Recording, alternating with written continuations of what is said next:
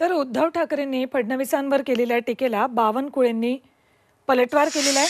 महाराष्ट्रातील 14 कोटी नागरिकांचं मत घेतलं तर महानायकाच्या पहिल्या नंबरवर उद्धव ठाकरे दिसतील।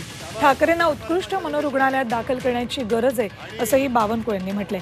मातोश्रीतल्या बाळासाहेबांच्या खोलीला कुठली तरी खोली असं फडणवीसांनी म्हटलं होतं। त्यानंतर उद्धव ठाकरेंनी फडणवीसांचा उल्लेख नालायक माणूस म्हणून केला होता। त्यावरून बावनकुळेंनी उद्धव ठाकरेंवर पलटवार केला।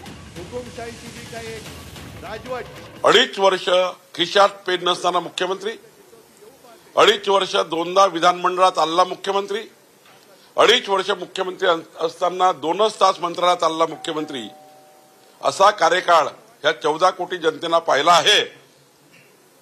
या महाराष्ट्राच्या मुख्यमंत्र्यांची यादी केली किंवा इतिहास बघितला तर पहिला निष्क्रिय मुख्यमंत्री, राज्याला नापसंत असलेला मुख्यमंत्री उद्धव ठाकरे आहे। उद्धव ठाकरे मनोरुग्णासारखे वागतायत, मानसिक स्थिती ढासळण्यासारखे वागतायत। मला वाटतं त्यांना लवकरच एखाद्या हॉस्पिटलमध्ये नेण्याची गरज आहे।